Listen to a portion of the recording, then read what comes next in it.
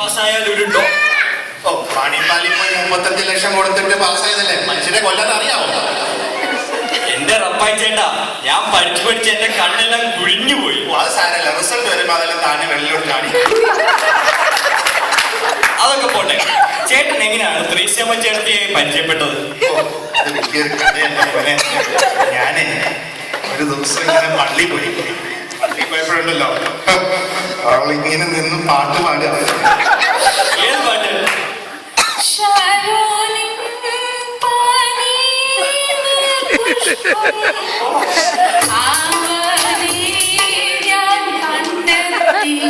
കേട്ടോടെ ഞാൻ വിചാരിച്ചു ഇവള് മതിയെന്ന്.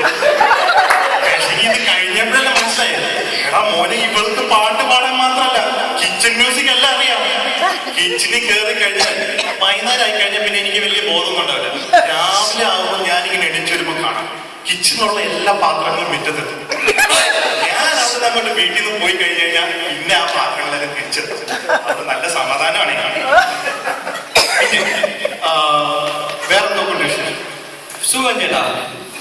അപ്പൊ കോളേജിൽ പോകുന്ന സമയമായി സാറ് വിളിക്കുന്നു, ഞാൻ ചായ കൊണ്ടിട്ടെ. ഞാൻ കോളേജിൽ പോവാം. ഓക്കെ. വീണു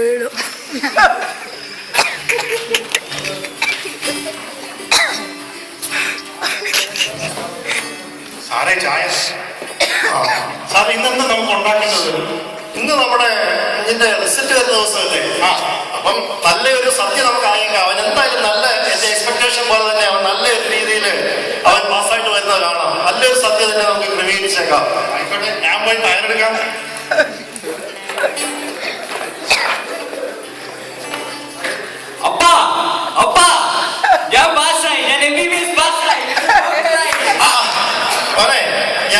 എനിക്കറിയാമായിരുന്നു നീ നല്ല നിലയിൽ പാസ്സാവുന്നുള്ള കാര്യം എനിക്കറിയാമായിരുന്നു. നിന്നെ പറ്റി എനിക്ക് നല്ലൊരു എക്സ്പെക്ടേഷൻ ആയിരുന്നു എന്റെ മനസ്സിലുണ്ടായിരുന്നത്. അത് നീ കാത്തതിനായിട്ട് ദൈവത്തിന് സ്തോത്രം ചെയ്യുന്നു. പിന്നെ അപ്പ എനിക്കൊരു ഗിഫ്റ്റ് തരുമെന്ന് പറഞ്ഞിരുന്നല്ലോ, അത് ഞാൻ ഇപ്പോൾ തന്നെ എടുത്തോണ്ട് വരാൻ പറയാം. ചോക്ലേറ്റ് ആണോ? ഇതാണ് ഞാൻ പറഞ്ഞ നിനക്കുള്ള ഗിഫ്റ്റ്. എന്താണപ്പാ? ഇതാണ് മോനെ സത്യവചനം. അതായത് ഈ സത്യവേദ പുസ്തകം എന്ന് പറയുന്നത് നിന്റെ കാലുകൾക്ക് ദീപവും പാതയ്ക്ക് പ്രകാശവുമായിരിക്കും. ഈ വചനത്താൽ മാത്രമേ നിനക്ക് ജീവിക്കാനായിട്ട് സാധിക്കുകയുള്ളൂ. ഈ വചനം ഇരുവായ്ത്തിലുള്ള വാളിനേക്കാൾ മൂർച്ചയുള്ളതാണെന്നും ആത്മാവിനെയും പ്രാണനെയും സന്ധിമജ്ജകളെയും കുളച്ചു കയറുന്നതും വേർപിടിക്കും വരെ പ്രാണനെയും ആത്മാവിനെയും വിവേചിക്കുന്നതുമാകുന്നു ഈ വചനം. പക്ഷെ അപ്പ എന്നോട് പറഞ്ഞത് എനിക്കൊരു സ്പോർട്സ് കാർ മേടിച്ചു തരാമെന്നായിരുന്നല്ലോ. മോനെ, ഈ വചനത്തിലെല്ലാം അടങ്ങിയിട്ടുണ്ട്. ഈ വചനമാവുന്നു നിന്നെ വഴി നടത്തേണ്ടത്. വേണ്ട, എന്നോടൊന്നും പറയണ്ട. എനിക്ക് അപ്പയുടെ ഗിഫ്റ്റ് വേണ്ട, ഒന്നും വേണ്ട. എന്നെ കളിപ്പിച്ചു. ഇവിടെ എന്തോ ഒരു വേണം. അവൻ എന്നോട് പിണങ്ങിപ്പോയതാണ് റപ്പായി. ഞാൻ അവനൊരു ഗിഫ്റ്റ് കൊടുത്തപ്പോൾ അവൻ അത് ഇഷ്ടപ്പെട്ടില്ല. അവൻ പറയുന്നത് അവൻ ഉദ്ദേശിച്ചതല്ല ഞാൻ കൊടുത്തത്. അതിൽ കൂടി എല്ലാം ഞാൻ അവന് കൊടുത്തെന്നുള്ളത് അവൻ മനസ്സിലാക്കിയില്ലേ. അതല്ല, വിഷമിക്കണ്ട, അവൻ തിരിച്ചു വരും. ആറ് സമാധാനിക്ക്.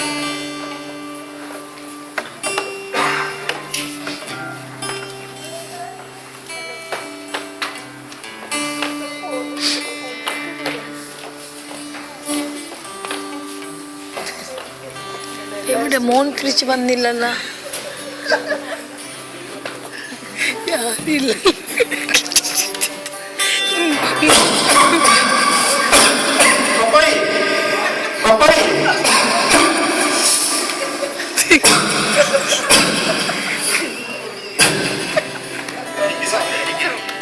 അവൻ നമ്മളെ വിട്ടു പോയിട്ട് ഇന്നേക്ക് 5 വർഷമായല്ലോ റപ്പായി. ഇതുവരെ അവനെ കാണുവാനായിട്ട് എനിക്ക് വളരെ ആഗ്രഹമുണ്ട്. അവനെന്താ ഇതുവരെ ഒന്ന് എന്നെ നമ്മളെ ഒന്ന് വിളിക്കുവോ, നമ്മളെ ഒന്ന് കാണുവാൻ വരികയോ ചെയ്യാത്തത്? ഞാനൊന്ന് വിളിച്ചു നോക്കട്ടെ. എനിക്കാണെങ്കിൽ പ്രായമായി വരികയാണ്. പല കാര്യങ്ങളും അവനെ ഏൽപ്പിക്കേണ്ടതായിട്ട് വരുന്നു.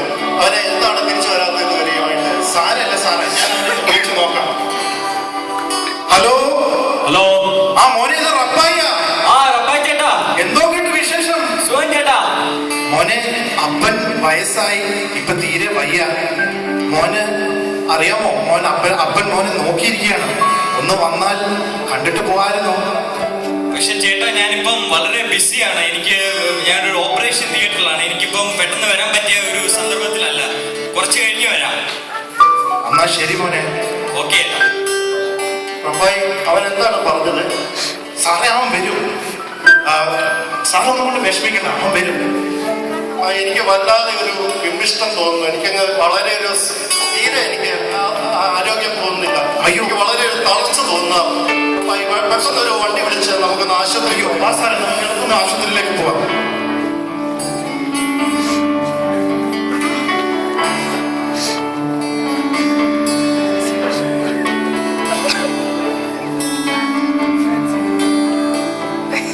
എന്നോ ചെയ്യാൻ സാറൊന്ന് പോയി.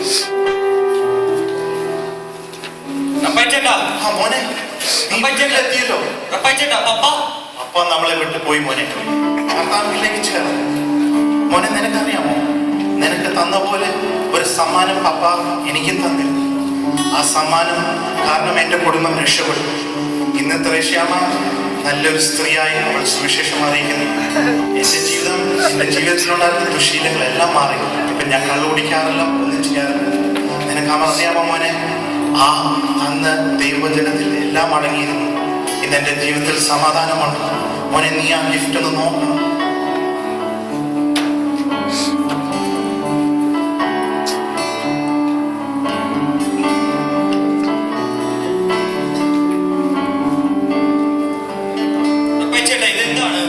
മോനെ, നീ ഓർക്കുന്നുണ്ടോ, നീ അന്നൊരു റെഡ് ഫെറാറി കാറായിരുന്നു ചോദിച്ചിരുന്നത്. അപ്പനാണെങ്കിൽ അത് മേടിച്ചിട്ട് ആ ഷോറൂമിൽ ഇപ്പോഴും ആ വണ്ടി തന്നെ നിൽപ്പുണ്ട്. നീ അന്ന് ആ ദൈവവചനം തുറക്കാൻ തയ്യാറായിരുന്നെങ്കിൽ നീ ചോദിച്ച ആ റെഡ് ഫെറാറി കാർ അന്ന് നിനക്ക് ലഭിക്കുമായിരുന്നു. ഇന്നും അത് നിന്റെ ആ ഷോറൂമിൽ കിടപ്പുണ്ട്. നിനക്ക് എപ്പോൾ വേണമെങ്കിലും പോയി അതെടുക്കാം.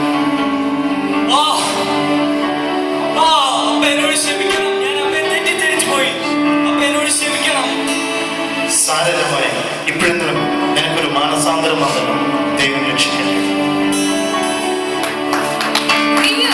മക്കളെ, യോഹന്നാന്റെ സുവിശേഷം 3-ാം അധ്യായം 16 മുതൽ 18 വരെയുള്ള വാക്യങ്ങളിൽ നാം ഇങ്ങനെ വായിക്കുന്നു: തന്റെ ഏകജാതനായ പുത്രനിൽ വിശ്വസിക്കുന്ന ഏവനും നശിച്ചു പോകാതെ നിത്യജീവൻ പ്രാപിക്കേണ്ടതിന് ദൈവം അവനെ നൽകുവാൻ തക്കവണ്ണം ലോകത്തെ സ്നേഹിച്ചു.